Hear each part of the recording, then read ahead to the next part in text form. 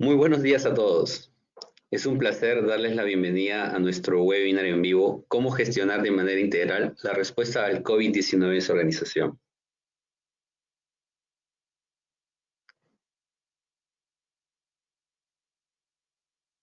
La presentación tendrá una duración de 45 minutos y una sección de preguntas y respuestas de 15 minutos al final. Escribir sus preguntas en el chat a la derecha de su pantalla. Iremos recolectando sus preguntas para responderlas en los minutos finales. Por favor, verificar que sus micrófonos estén en silencio para evitar interrupciones. Les recordamos que el webinar de hoy será grabado. El expositor de este webinar, Jaime Villafuerte, presidente de Gemba Academy Latam, ganador de Shingo Prize en 2015, autor de 2 libros, Creando una cultura Kaizen e implementando Lean Six Sigma Memory Yogurt. Jaime es MBA del Instituto Tecnológico de Massachusetts, MIT, máster en operaciones por la Universidad de Florida, certificado Six Sigma Master Black Belt. Durante sus más de 20 años de carrera profesional, ocupó cargos como vicepresidente de mejora continua del US AmeriBank, director de Lean Six Sigma en Javelin Corporation y gerente de operaciones Lean en Stanley Black & Decker. Y el día de hoy compartirá parte de esta experiencia y conocimiento con nosotros. Jaime, adelante.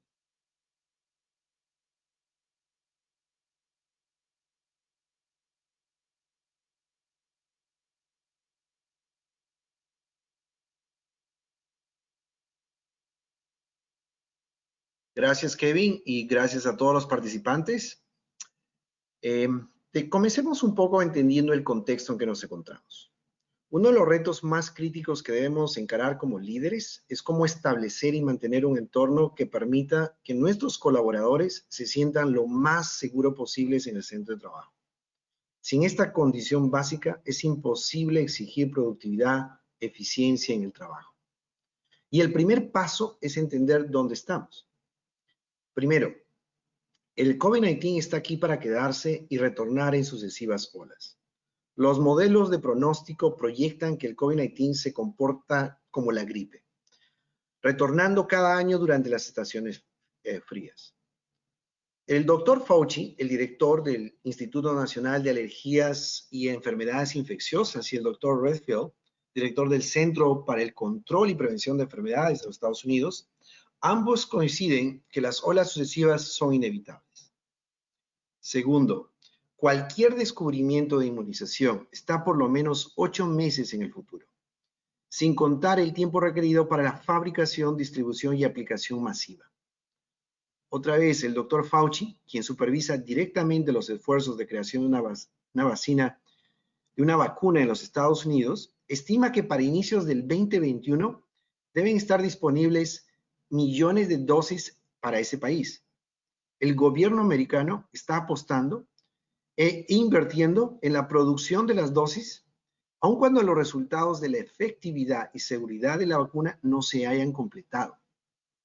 La apuesta que ellos tienen es tener las dosis listas en caso que la vacuna sea exitosa. Y si no funciona, desechar los millones de dólares invertidos. Tercero, aproximadamente 50% de las personas no presentan síntomas o presentan leves síntomas, pero contagian a otros, lo que hace difícil detectar empleados que contagian inadvertidamente a otras personas. Cuarto, aún no entendemos completamente el COVID-19. Por ejemplo, se desconoce la duración de la inmunidad adquirida después del contagio. No sabemos si las personas recuperadas no contagian y por cuánto tiempo se mantienen inmunes. Quinto, quedarse en casa aislado no es una solución duradera y el teletrabajo no se aplica aún a todas las industrias. Aun cuando los casos de nuevos contagios se incrementan, la necesidad económica en muchos de nuestros países está forzando al retorno a los centros de trabajo con la aplicación de protocolos de prevención y detección. Muy bien. En este sentido, existe una abundancia de soluciones para prevenir el contagio del COVID-19. Sin embargo, cada empresa tiene el reto de establecer un proceso de gestión que permita la selección de las mejores soluciones en términos de costo versus eficiencia, de manera continua en el tiempo, en la medida que los científicos entiendan mejor el COVID-19. Soluciones deben ser priorizadas y aplicadas de manera integral, de tal forma que el impacto sea mayor que la suma individual de las soluciones si se implementara de manera individual. Un caso ejemplo de la falta de gestión coordinada es la implementación de túneles de desinfección en muchas empresas, que rápidamente se ejecutaron a pesar que la Organización Mundial de la Salud, OMS, y el Centro para el Control de Prevención de Enfermedades, el CDC, no lo recomiendan. Ambas organizaciones argumentan que estos métodos de desinfección son ineficaces para reducir la propagación del COVID-19, pero sin embargo están siendo usados en muchas organizaciones. Y aún más, ellos alertan que los efectos negativos como daño, irritación cutánea, enfermedad respiratoria, son peligrosos. Entonces, un modelo de gestión coordinado debería establecer rutinas que permitan identificar soluciones, evaluarlas y seleccionarlas para su rápida implementación y actualización, y así poder evitar gastos innecesarios en soluciones poco efectivas. Para facilitar la implementación de una gestión integral que sea altamente efectiva, es necesario un método estructurado de resolución de problemas como el PDCA o el DMAIC, que son las metodologías base en Lean y en Lean Six Sigma respectivamente. Tanto el DMAIC como el PDCA proveen la rigurosidad metodológica necesaria para la preparación, planeación y ejecución de rutinas dentro de un modelo de gestión coordinado. Otro importante punto es que DMAIC y PDCA no son nuevos o ajenos para muchas organizaciones. Están siendo usados por muchos años. De hecho, equipos internos que apoyan la mejora continua y disruptiva como centros de excelencia o la oficina de promoción Lean, usualmente utilizan las 5 fases de DMAIC como parte del arsenal de herramientas de Lean Six Sigma y en otros casos, los 8 pasos del PDCA. Esto permite tener un grupo de expertos dentro de su organización equipados y familiarizados en facilitar y coordinar con las otras áreas la creación de estas rutinas ante el COVID-19. También, un beneficio adicional de apalancarse en la experiencia interna que se tiene en sus empresas en Lean Six Sigma es la generación de ciclos rápidos de ejecución sin perder la efectividad de las soluciones implementadas. En otros términos, Lean Six Sigma permite ganar velocidad en la ejecución con alta efectividad de las soluciones a través de la gestión de proyectos.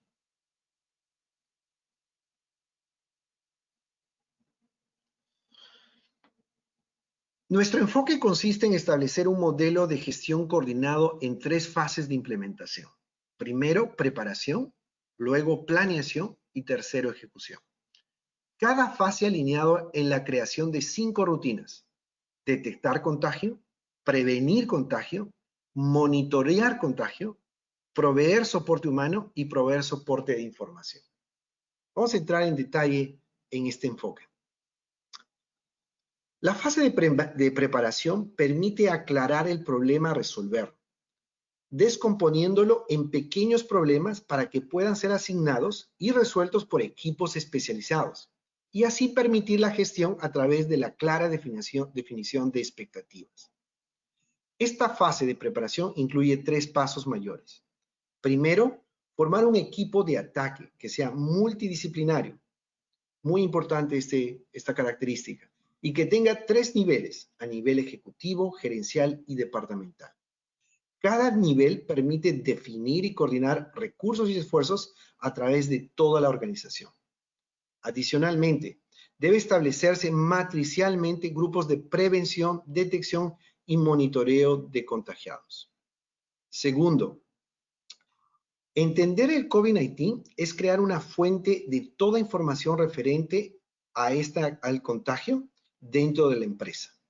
La idea es crear rutinas que permitan establecer el consenso qué información es real versus qué información no es real, cuál es fake news. y así evitar la desinformación. Por ejemplo, la implementación de túneles de infección podría haberse evitado si rutinas de reunir información de las fuentes apropiadas, como el OMS y el CDC, se hubiesen establecido dentro de la organización de tal forma que opiniones o soluciones anecdóticas son reemplazadas por datos corroborados. En entender COVID-19 nos referimos en crear rutinas que actualizan nuestro entendimiento acerca de detección, prevención y reconocimiento de los síntomas, dado que todavía no entendemos COVID-19 completamente. Tercer paso, establecer brecha cerrada.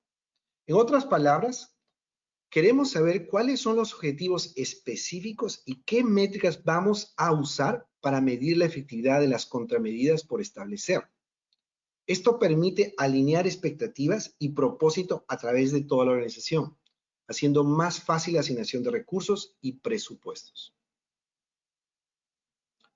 Una vez formados los equipos de ataque, el siguiente paso es entender el proceso de contagio como parte de descomponer el problema del COVID-19. El contagio se produce a través de la saliva o mucosidad que una persona infectada libera al hablar, toser o otras actividades, incluso antes que presente síntomas.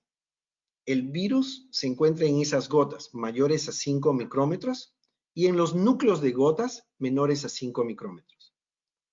Entonces, el primer canal de contagio son los núcleos de gota, aquellos pequeños droplets, le llaman, que por su tamaño vuelan en el aire a través de sistemas de ventilación que luego respiramos.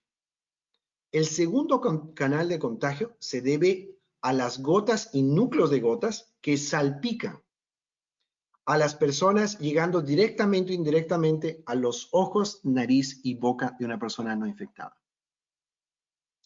El tercer canal de contagio se debe cuando las gotas de saliva, aquellas pesadas mayores a 5 micrómetros, o mucosidad, caen en objetos que luego son usados por otros. Por ejemplo, cuando compartimos equipos o herramientas en el área de trabajo. Cada uno de estos canales de contagio dependen de tres factores que llamamos PEC, por las iniciales, que representan las condiciones de proximidad, espacios cerrados y concentración de personas. El PEC permite analizar el nivel de riesgo de contagio de las actividades dentro del trabajo que nuestros empleados realizan y así establecer qué soluciones son más apropiadas. Dentro de entender el COVID-19, debemos establecer rutinas que nos permitan compartir información crítica. Una forma práctica de hacerlo que no toma tiempo y hace la transferencia de información muy rápida es las lecciones de un punto o loops, que nos van a ayudar a mejorar la efectividad de los esfuerzos. Aquí un ejemplo de loops que se han creado con información muy reciente y crítica para compartir dentro de la organización. Revisemos rápidamente esos puntos. Por ejemplo, este primer caso, este primer loop, que va a ser liberado recién, que la información ya está disponible en la fuente, en el CDC, nos permite entender cómo el aire acondicionado en un restaurante contribuyó a infectar a 9 personas con el coronavirus. La persona A, que estaba en la mesa del medio, infectó a otras 9 personas que estaban sentadas enfrente del aire y atrás de la mesa en la que él estaba ubicado. El factor clave para la infección fue la dirección del flujo de aire. Y esa transmisión de los núcleos de gotas fue producida por la circulación del aire acondicionado. Si regresamos al PEC, la proximidad y el espacio cerrado fueron los dos elementos críticos que crearon este contagio. Relacionado a nuestras áreas de trabajo, eso significa que debemos poner contramedidas para la circulación forzada de aire acondicionado. ¿Y cómo eso impacta en los tres factores en el PEC? Porque si ponemos áreas cerrados, espacios cerrados, con alta proximidad y con esta ventilación de aire, lo que estamos creando son fuentes de contagio de nuestros empleados. Similar al anterior loop, en relación al contagio por flujo de aire en espacios cerrados, pero en este caso con un elemento adicional de concentración de personas, investigadores de la Universidad de Oregon y de la Universidad de California han desarrollado modelos que permiten visualizar que la distancia de 6 pies o 2 metros no tiene ningún valor cuando se habla de espacio cerrado y concentración de personas. El uso de máscaras, por ejemplo, o mascarillas, no tiene ningún sentido. Y también este loop explica el concepto de cómo el aire fresco, en vez de aire forzado, de aire acondicionado, permite reducir las infecciones o el contagio. Otro loop interesante que desarrollamos como parte del proceso de ayuda a empresas que están trabajando en el COVID-19 es en relación a cómo supercontagiadores pueden, utilizando el concepto del PEC, de proximidad, espacio cerrado y concentración de personas, pueden altamente contagiar a un equipo de trabajo. Una persona contagió el 87% de las personas de un grupo. De 61 personas, 52 fueron contagiadas por una persona. Y el factor clave, otra vez regresando al PEC, es no haber respetado proximidad, espacio cerrado y concentración de personas. Dentro de este proceso de preparación también está la gestión de escenarios probables. Nosotros necesitamos entender cuáles son los escenarios en nuestra propia situación lo que vamos a enfrentar en las siguientes semanas, meses. Por ejemplo, dependiendo de la situación, país, región, ciudad, estas curvas se pueden definir cuándo probablemente vamos a tener la vacuna. Y van a definir cuándo las aperturas parciales, reaperturas parciales, los cierres parciales o restricciones van a acontecer en la medida que las olas se va a generar.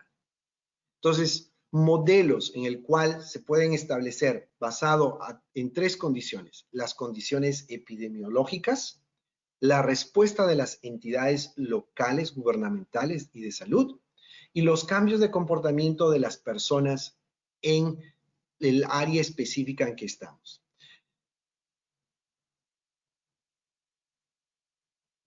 Una vez que hemos definido estos escenarios, debemos aclarar entonces el problema que vamos a enfrentar, basado en el entendimiento que ya tenemos acerca del COVID-19. Y una de las herramientas que utilizamos para visualizar la brecha entre la condición actual y la condición ideal es la 5W1H que cubrimos en un seminario anterior acerca de la prevención del COVID-19. La 5W1H nos permite ver diferentes dimensiones para identificar cuál es la brecha a cerrar y cuáles son el alcance del problema que vamos a ver. Por ejemplo, en este caso, estamos viendo que la brecha que tenemos es en el qué y en el cómo. En el qué queremos establecer un espacio de manera ideal, un espacio libre de contagio del COVID-19. Y en el cómo queremos establecer una gestión integral de detección, prevención y monitoreo de infectados en cuanto el por qué, el dónde y el cuándo y el quiénes establecen cuál es el alcance que vamos a trabajar. Para cada realidad, entonces, debemos aplicar este 5W1H de una forma que facilita alcanzar el consenso de lo que ya dijimos, el alcance y las brechas a cerrar. Y finalmente, las 5W1H debe aplicarse como un equipo multidisciplinario, no en un vacuum, no por una persona. Es incluir a todas las personas que formamos en el equipo de ataque para que podamos tener consenso en esos 2 elementos, brechas a cerrar y alcance. El siguiente paso es descomponer el problema. Y para eso nos ha servido la 5W1H para definir el porqué. ¿Cuál es el propósito? Recuerden que el porqué va a definir las métricas que vamos a medir. Y dentro de esas métricas es pérdidas de vidas humanas que lamentablemente pueden ocurrir si es que no tomamos las medidas correctas. y la pérdida de productividad en número de horas de trabajo perdidas o ausentismo. En términos de quién, debemos definir al momento de descomponer el problema cuáles son los grupos de riesgo. Y eso nos va a permitir establecer rutinas para proteger empleados que tengan el mayor riesgo de contraer o morir debido al COVID-19. Y nos va a permitir definir esos criterios de quiénes son las personas que pertenecen a este grupo de riesgos. También vamos a establecer políticas que permitan aislar a estos empleados y establecer reglas de teletrabajo o de trabajo restringido. Y finalmente, establecer rutinas para monitorear la salud de estos grupos de riesgo. No es suficiente con decirles usted tiene que trabajar en casa o usted va a trabajar solo un par de horas o un día a la semana. A veces va a ser necesario que tengamos que monitorear la salud de una manera personal, cada empleado lo haría, o como parte de un sistema de monitoreo dentro de la empresa.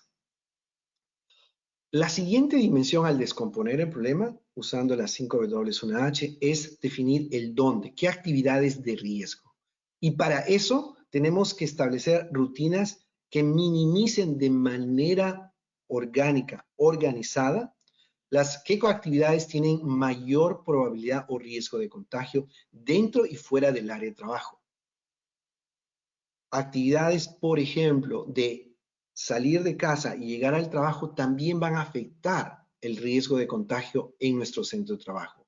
Actividades en el momento de hacer el clocking, el momento de ponchar las tarjetas de tiempo, también van a afectar. E incluso actividades de descanso, almuerzo y movimiento dentro del centro de trabajo. Para eso vamos a utilizar una herramienta que es el MRCA, que es simplemente que nos va a ayudar a medir el nivel de riesgo de las actividades. Esa herramienta es parte del FIMEA o el ANFE, que lo vamos a revisar más adelante.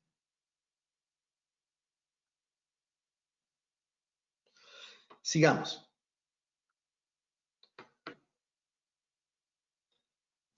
El siguiente paso dentro de las actividades de riesgo es el seguimiento de los equipos responsables de implementar contramedidas. Recuerden que este no es un proceso cerrado o finito. Vamos a tener que implementar actividades y mantenerlas de manera continua en el tiempo. Y eso significa que debemos manejar la ejecución y mantenimiento de esas soluciones o contramedidas. Y eso significa que vamos a tener que establecer rutinas de auditoría, como el Kamishibai, que utilizamos en mecanismos como en TPM o en la creación de la gestión diaria. Finalmente, llegamos al cómo. ¿Cómo es este modelo integral? Este modelo integral, como lo mencionamos, se refiere a 5 procesos que tienen que conversar entre sí. Primero, es detectar el contagio. Segundo, prevenir el contagio. Tercero, monitorear contagiados. Cuarto, diseñar las políticas de soporte humano. Y quinto, diseñar el soporte tecnológico para la transferencia de información y comunicación de los procesos anteriores. Una forma fácil de entender este proceso es agrupar las contramedidas de acuerdo a estas 5 dimensiones o procesos. ¿Qué actividades yo debería realizar o qué soluciones yo debería realizar en la detección de contagios en términos de salud y seguridad, lugar de trabajo, personal externo? Y lo mismo para prevenir, lo mismo para monitorear, soportes de humano y de TI. Entremos un poco al detalle de qué significa cada una de estas rutinas que estamos hablando. Normalmente la rutina 1 y 2 de detección y prevención se manejan de manera conjunta. Y los pasos fundamentales se consigue con primero definir los grupos de riesgo, básicamente los criterios de evaluación, edad, antecedentes médicos, y las medidas de aislamiento, como debe ser el registro periódico de síntomas y de su localización. Y tercero, qué medidas de teletrabajo o trabajo diferido para tener acceso a la información, medios de comunicación y seguimiento de las personas que están haciendo este trabajo, este teletrabajo.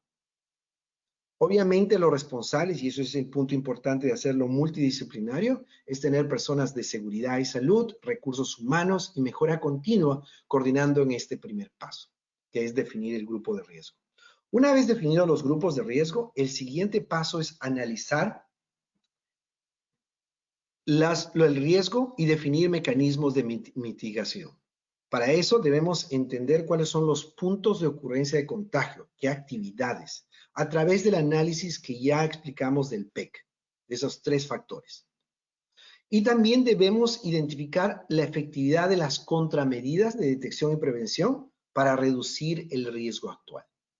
Obviamente debemos involucrar a recursos humanos y a TI para que nos ayuden a manejar esta información de manera continua. Eso significa que yo puedo cada mes estar evaluando, hacer un análisis y mitigación del riesgo en diferentes áreas, para que yo pueda garantizar de que mis mecanismos son efectivos. Esto de acá no significa mayor tiempo, pero sí requiere capacitación y seguimiento de estas tareas por los equipos que son dueños o son responsables de esos procesos. Entonces, el supervisor de empaque debe ser responsable de manejar el análisis y mitigación de riesgos con la debida capacitación y seguimiento, por ejemplo, del Centro de Excelencias o del Departamento de Mejora Continua. El tercer paso es acerca de implementar. Una vez que he entendido cuál es la mayor efectividad, qué soluciones tienen mayor valor en relación a su costo, la implementación debe realizarse a través del presupuesto y cronogramas y a la creación de estándares, documentos que nos permitan ver cuáles son los puntos críticos y efectos.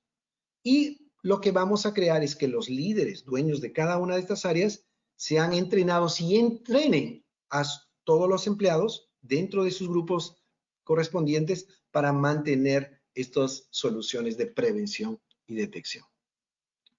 Finalmente, y este es un punto que muchas empresas se olvidan, si estamos creando nuevas rutinas, nuevos estándares o protocolos, es necesario auditar la ejecución o adherencia de esos procesos.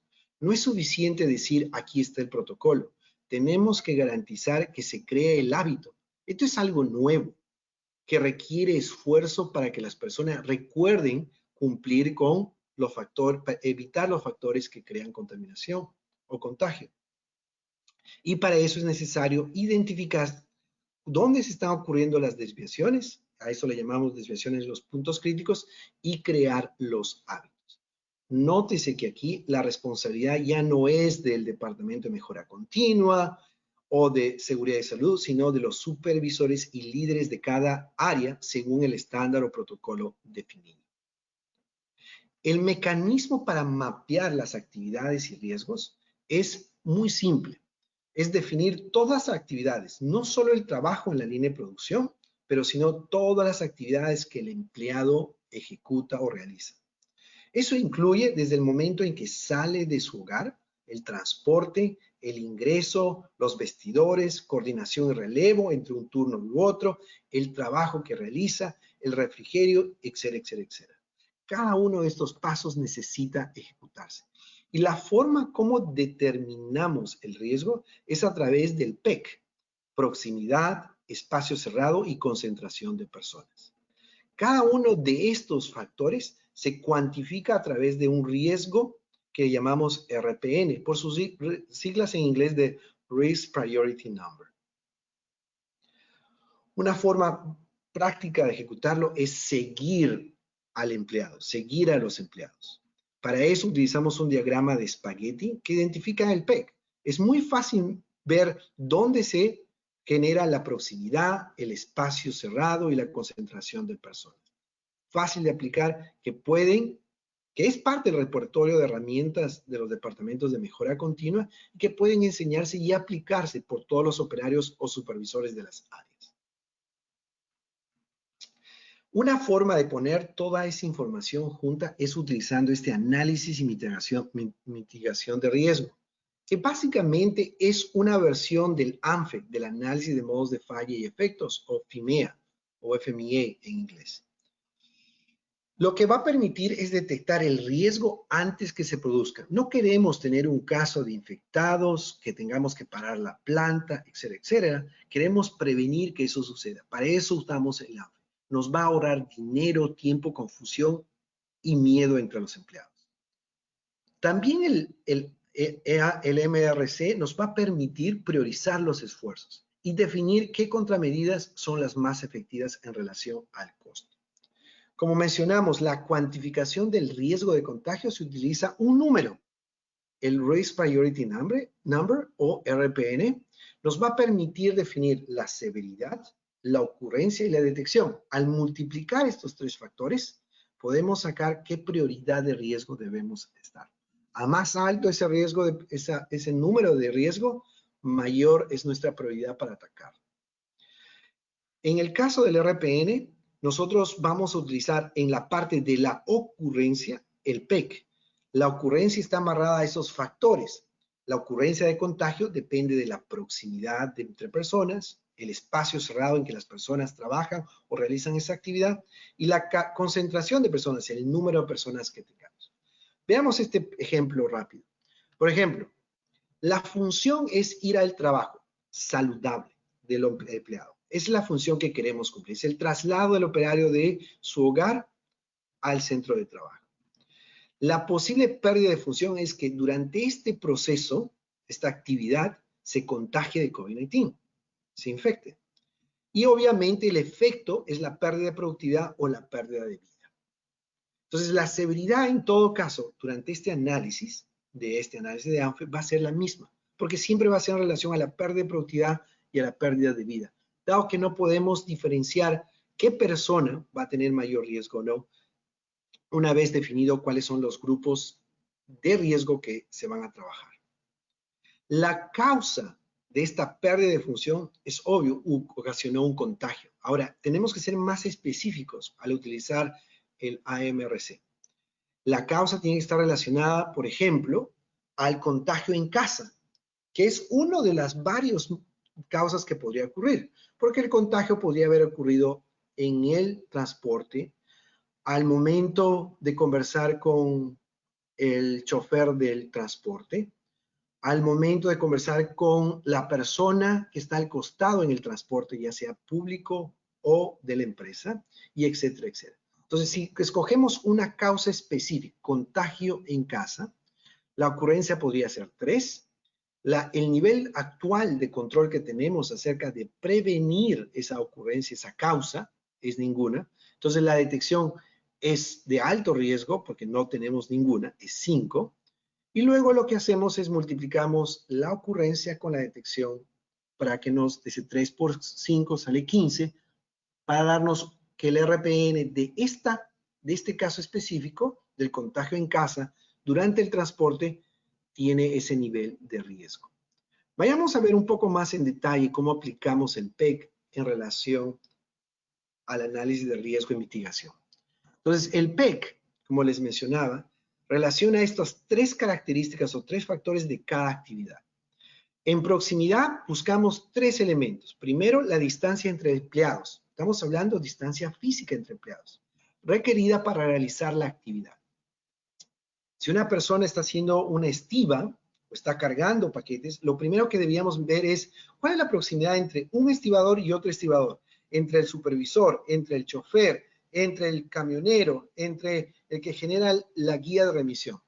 Y la idea es entender esa proximidad. Si esa proximidad es cercana, significa que es un punto de alerta, porque va a producir contagio.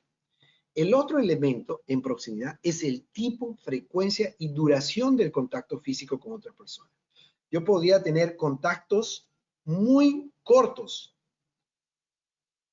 con una frecuencia muy alta, o podría tener contactos de duración larga, pero con una frecuencia muy corta. Y podría tener contactos físicos que son de tocar la mano, tocar el mismo objeto, etcétera, lo cual también tiene que incluirse en la proximidad. El tercer elemento de proximidad se refiere a la frecuencia y duración de los usos y herramientas de equipos compartidos. Entonces, no solamente hablamos el espacio entre 2 personas, sino también el uso de elementos comunes o equipos compartidos entre operarios. Estos tres elementos incorporan lo que llamamos proximidad. Y eso nos va a definir el nivel de riesgo de contagio. El segundo elemento del PEC, que es el espacio cerrado, no tiene que ver en relación a la proximidad entre operarios o el tipo de frecuencia de contacto. Es simplemente en relación a la circulación del área, el confinamiento del área donde se realiza la actividad. Y por supuesto, como mencionamos, la ventilación que tiene esta área a realizar. El tercer elemento es la concentración de personas. No tiene nada que ver si el espacio es abierto o cerrado, o si las personas están juntas o están alejadas. Tiene que ver que en un espacio, ¿cuántas personas estoy poniendo? Si quieren llamarlo, es la densidad de personas por metro cuadrado. Es el número de personas que estamos haciendo. No es si es cerrado o abierto el ambiente, sino es cuántas personas, el número de personas están co-ubicadas para realizar la actividad. Entonces, estos tres factores se analizan y se combinan en el riesgo de ocurrencia. Si ponemos una escala, y siéntanse libres de buscar una escala de 1 a 5 o de 1 a 10, la idea es definir esa escala de tal forma que sea fácil para las personas, este equipo multidisciplinario, para poder evaluar el riesgo de ocurrencia en los tres niveles o factores que estamos analizando. Entonces, si la proximidad es cercana, el espacio es cerrado, la concentración de personas es alta, el riesgo de ocurrencia de contagio va a ser como 5 de alto. Una vez analizado la parte de riesgo de la actividad en esos tres factores, lo que necesitamos es evaluar cuál es la efectividad de las contramedidas actuales. Si no hay nada, obviamente la efectividad es nula, es muy baja. Pero si tuviéramos, tendríamos que entender cuál es la capacidad de estas contramedidas del equipo de protección que se le ha otorgado para proteger el equipo basado en el PEC en las condiciones de la actividad. Por ejemplo, si la proximidad es cercana y les hemos dado equipos de protección como mascarillas, protectores de cara, etcétera, eso significa que que están permitiendo hacerlo. Y eso de ahí tiene que evaluarse. Estos dos elementos, el riesgo de ocurrencia y la efectividad de la prevención multiplicados, son los que dan el riesgo de contagio. Y eso es lo que vamos a utilizar en nuestro análisis de riesgo y mitigación que presentamos anteriormente. ¿Por qué hacemos esto?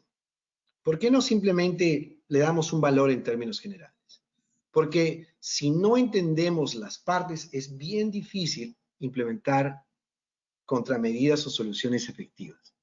Y en este caso, por ejemplo, en vez de comprar más material de protección personal, lo que deberíamos, por ejemplo, es enfocarnos en cuál es el riesgo de ocurrencia, por ejemplo, en términos de proximidad y concentración de personas. Entonces, si logramos, en vez de invertir dinero en comprar cortinas, paneles o más PPE, podríamos establecer diferentes formas de trabajo para que las personas mantengan los 2 metros o 6 pies de distancia y así eliminar la proximidad. O cambiar de ventilación forzada a ventilación natural, abrir las ventanas, si de ser posible. Entonces, estos mecanismos realmente nos van a ahorrar tiempo y dinero en la mitigación de riesgo de contagio. ¿Cómo se ve este análisis de riesgo y mitigación? Simplemente como funciones, potencial modos de falla, los efectos que tenemos, la causa potencial, como describíamos para una sola actividad, pueden haber varias causas. Aquí sigue el ejemplo de la pérdida de productividad, el contagio al ir al trabajo y que puede ser contagio en la casa, algún miembro de la familia contagió al empleado, o durante el transporte no estaba limpio y estaba contaminado y se generó el contagio o la infección, o el conductor está enfermo. Imagínense, usamos transporte público, no podemos garantizar de que el transporte esté limpio o descontaminado, o que el conductor no esté enfermo, o que alguna persona que está cerca y que está compartiendo el transporte esté contagiando al resto. Para cada uno de ellos definimos en la actualidad cuáles son los controles, medimos el nivel de efectividad de detección y de eliminación de riesgo, y luego proponemos qué medidas vamos a hacer y recalculamos el RPE. Ahora, no todas las contramedidas han sido creadas iguales. Existen diferentes contramedidas con diferente efectividad y obviamente costo. Esta jerarquía, que es la que presentamos en el seminario, en el webinar anterior, es una de las metodologías más claras y fáciles de llevar y es recomendada por el CDC y la Organización Mundial de la Salud. Comienza con la eliminación o distanciamiento físico, los controles de ingeniería, los controles administrativos y finalmente, con menor efectividad, los equipos de protección personal. En el caso, por ejemplo, de eliminación, tenemos teletrabajo, reducir el número de trabajadores en un mismo ambiente, siguiendo el PEC. Y en el caso de control administrativo, redistribuir las responsabilidades para reducir el contacto entre individuos. Cada una de estas contramedidas, como por ejemplo la efectividad para crear el hábito de distanciamiento de alarmas que permiten saber, son muy aplicadas porque son parte de una nueva forma de actuar que no es natural. ¿Cuántas veces lo que podemos salir y hacer compras, vamos al supermercado y vemos que las personas se nos pegan como si fuese normal en este mundo de COVID-19? Y es porque no lo hacen de manera consciente, sino muchos de ellos lo hacen de manera inconsciente porque estamos acostumbrados a simplemente ignorar el espacio entre una u otra persona. Que con el COVID-19 necesitamos un recuerdo de que debemos mantener los 2 metros o 6 pies de distancia. Todos estos mecanismos deben ser documentados y aquí es uno de los elementos más importantes que se debe tener. Porque cuando estoy creando protocolos y estos protocolos van a seguir la misma estructura lógica que aplicamos para crear estándares como lo hacemos, probablemente no vamos a llegar a la efectividad que queremos. La idea es crear protocolos que deben terminar escritos con letras en rojo, con recomendaciones, con preocupaciones, etc. Y eso debe ser un documento vivo que debe definir 3 elementos importantes. Primero, ¿cuáles son los pasos mayores que se deben realizar? Segundo, el más importante, ¿cuáles son los puntos críticos que hacen que este protocolo, este procedimiento o este estándar sea efectivo?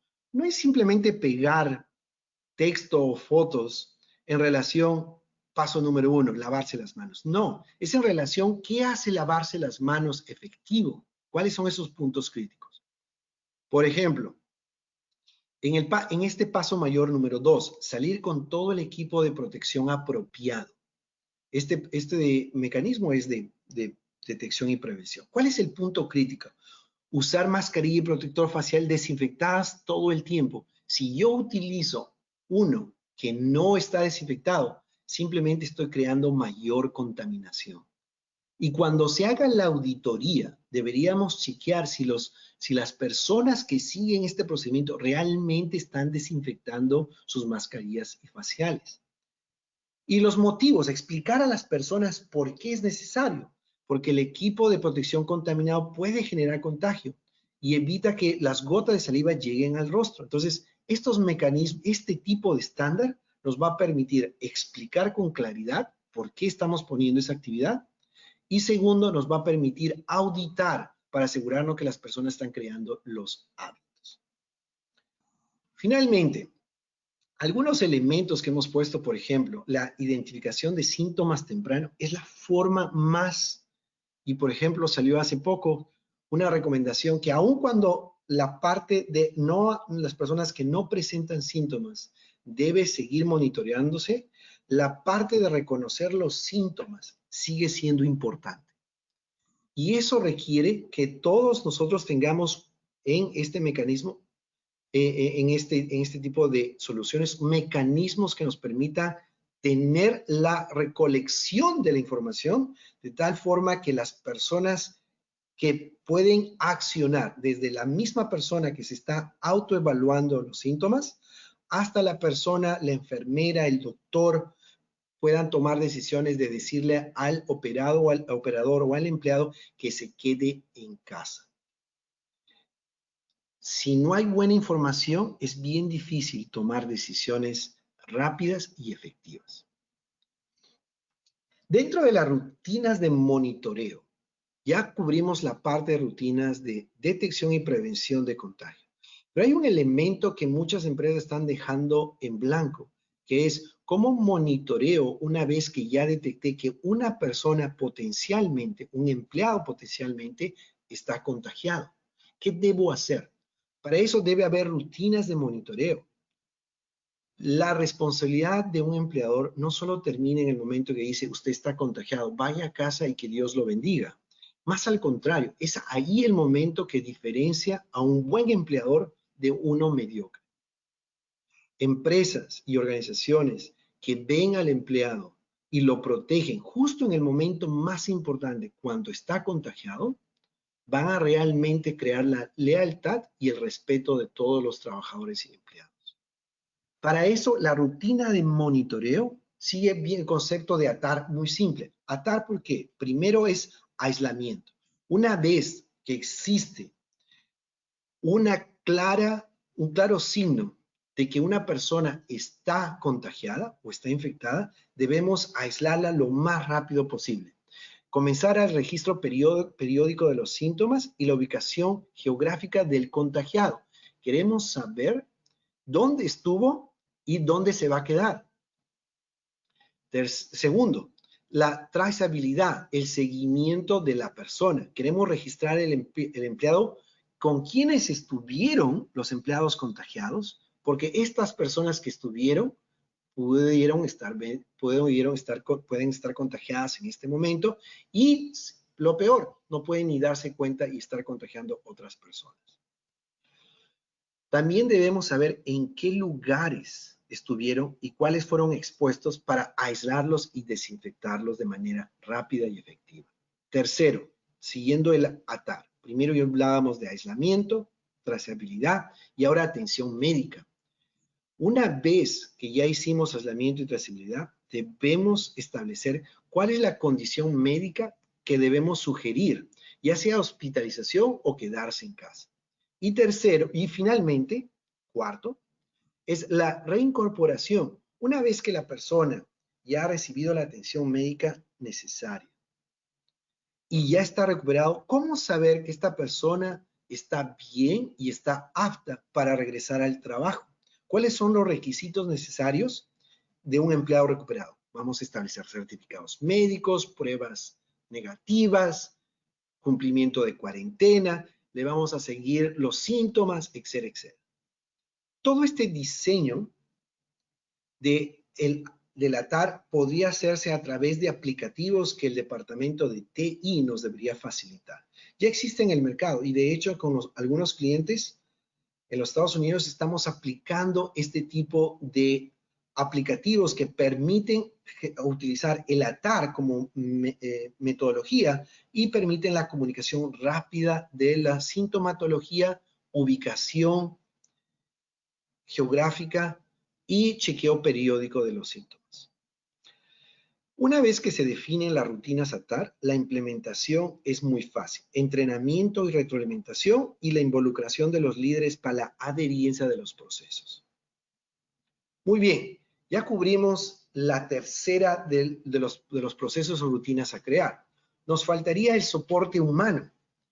Es básicamente la implementación de las políticas de recursos humanos en términos de RIA. Primero, remuneración, incentivos y asistencia psicológica.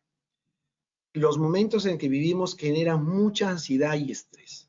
Y algunas personas vamos a tener mayor ansiedad y estrés y es muy recomendable para todos los empleados de tener políticas y mecanismos que permitan gestionar la salud mental de los empleados. La implementación es muy práctica, es informar a los empleados, mantenerlos informados y establecer el equipo de asistencia psicológico dentro de la empresa o tercerizarlo. Y por supuesto, establecer rutinas de satisfacción de la calidad de soporte que estamos brindando. El quinto elemento es el soporte de TI. es la implementación de cómo se va a manejar la información. Y los primeros 3 pasos es definir las necesidades de información tecnológicas, es recopilar la información para la toma de decisiones y prevenir la desinformación. Segundo, asegurarnos de que la privacidad de la información. Recuerden, estamos recopilando información acerca médica, se mantenga segura y accesible para las personas que van a utilizarla, generar dashboards gerenciales y en términos de prevención, detección, monitoreo y soporte humano. La implementación de las tecnologías otra vez tiene que analizarse en términos de presupuesto y cronogramas, despliegue escalonado por áreas piloto para asegurarse el entendimiento y funcionamiento de estas contramedidas y el despliegue de información a través de boletines o intranets. Finalmente, voy a resumir lo que hemos cubierto en los últimos 50 minutos. El primero es que el COVID-19 está aquí para quedarse y lo que hemos cubierto aquí es algo que vamos a vivir todos los días por los siguientes meses hasta el año 2021 cuando salga la vacuna y llegue a nuestra ciudad, país o región. El no trabajar en definir los mecanismos de una manera integral es muy costosa para la organización. Aquellas empresas que no estén preparándose en definir una manera integral de establecer contramedidas y evitar usar contramedidas aisladas, van a ver sus presupuestos de gastos en EPP, en desinfectantes, etcétera, al techo. Y la efectividad de esos mecanismos y satisfacción de sus empleados va a ser muy baja. Tercero, Lean Six Sigma, que ya es parte de muchas de las empresas, de seguro muchas de las personas que están en esta audiencia conocen y aplican Lean Six Sigma en sus organizaciones, facilita la implementación y efectividad de las gestiones que hemos conversado, de las rutinas que hemos discutido. Cuarto, utilicen la combinación del PEC y del AMRC para poder definir los niveles de riesgo. No solamente para las actividades de valor agregado, sino para aquellas actividades de no valor agregado. No se olviden del PEC. Es una forma muy fácil de determinar el nivel de riesgo de toda actividad que permite alimentar al AMRS, que es el análisis de mitigación de riesgos de contaminación, de una manera más orgánica y estructurada, más efectiva, eficiente. No se olviden de monitorear. Enfóquense no solamente en las personas que pueden contagiarse, sino también en sus empleados que están contagiados. No los dejen solos. Creen el proceso utilizando ATAR, que es muy simple y que permite incrementar la satisfacción en el trabajo de aquellas personas que aún no están infectadas como de aquellas que están infectadas.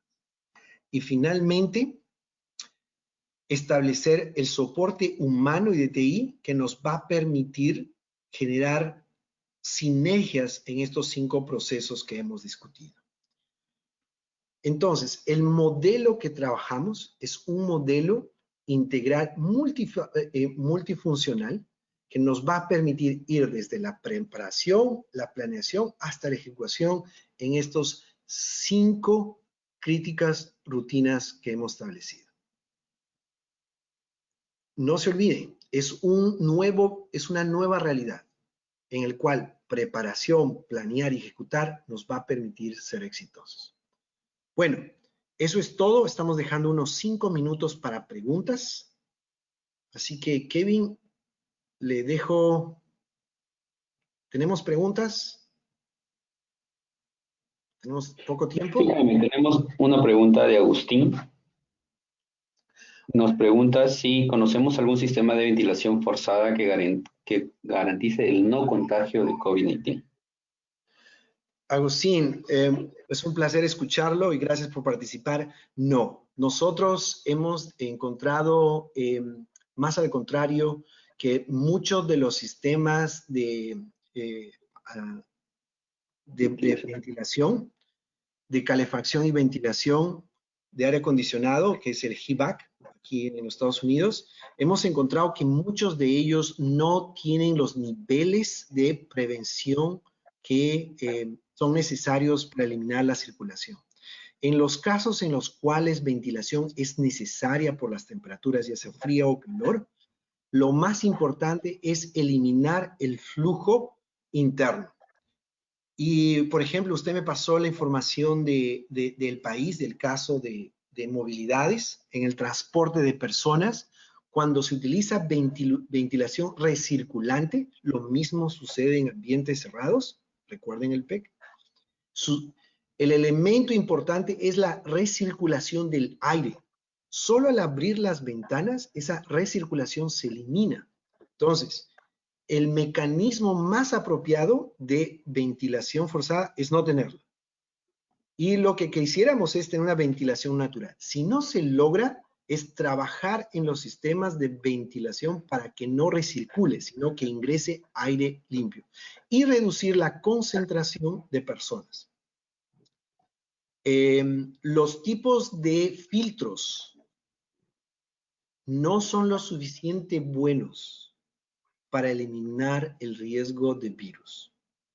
Hay algunos que son mucho más sofisticados, por ejemplo, en salones de 10K, o sea, salones de alta prevención que sí utilizan sistemas HEPA de ventilación forzada, alto rendimiento, pero que están fuera de lo que vendría a ser una aplicación normal en actividades normales de producción. Laboratorios o ambientes cerrados de 10.000, 10K, que es una forma de designar el número de partículas que están entrando, utilizan sofisticado flujo de aire en ambientes que se evita la alta contaminación. Por ejemplo, en la elaboración de alimentos que tienen que estar con muy baja contaminación, utilizar 10K sería importante. Lo que hemos encontrado es que 1,000 salones de contaminación de 1,000 no logran eliminar el riesgo de virus. 10K para arriba, de 10.000 para arriba. Excelente. David nos pregunta, ¿qué tan recomendable es el uso de ventiladores en los comedores? No recomendables.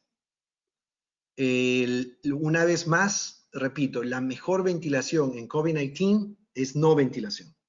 Si aún necesitas ventilarlos, ubica sus ventiladores de tal forma que el aire no recircule. Abre las ventanas y utiliza esos ventiladores para extraer el aire o generar un flujo natural de aire. Lo más energía cinética que le pongas al flujo, lo mayor dispersión y turbulencia que creas y mayor contaminación. Bien. Freddy Mayorga nos pregunta, ¿cómo actuar con nuestros protocolos, con los cambios de medidas que toman los gobiernos seccionales con respecto a los cambios de hábitat en el entorno? Freddy, un placer escucharlo, espero que esté bien.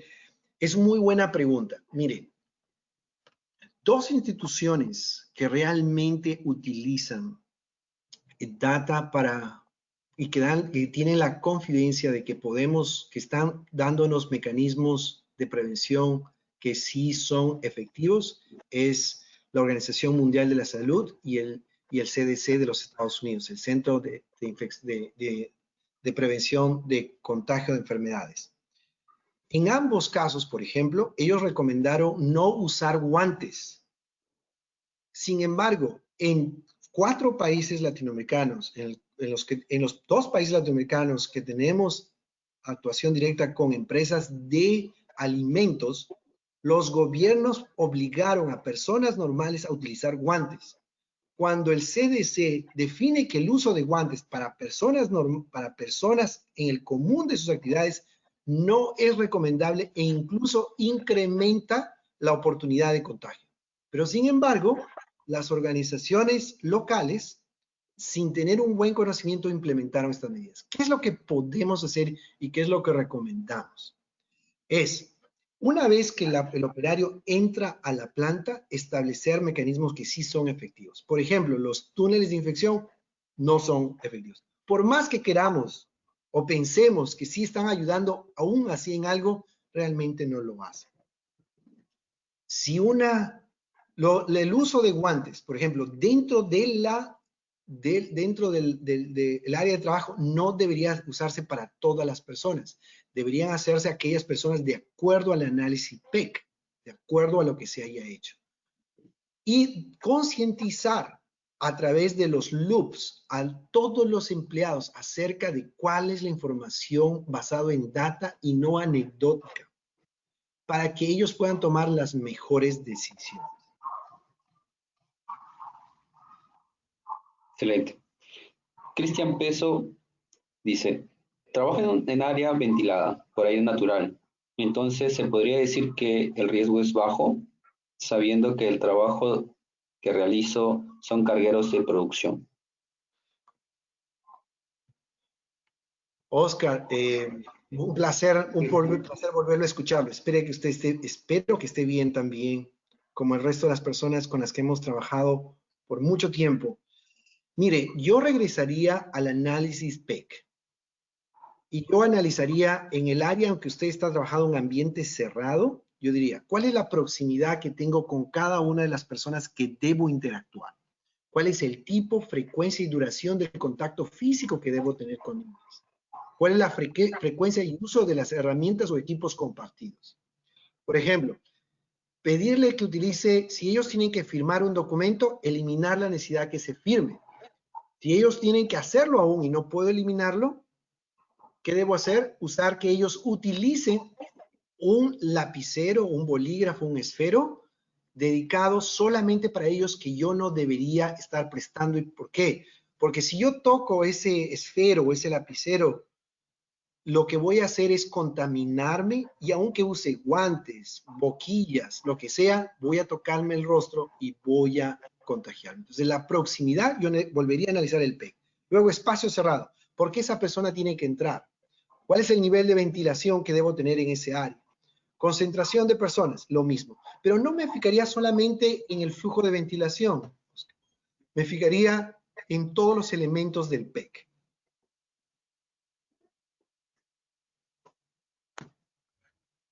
Excelente, esas serían todas las preguntas. Bueno, gracias Kevin y gracias a cada una de las personas que han participado en este webinar y espero que les sirva para prevenir y crear motivación de sus trabajadores, de sus empleados, de que están en un área segura y que la empresa realmente les importa su seguridad. Muchas gracias, que tengan una excelente tarde.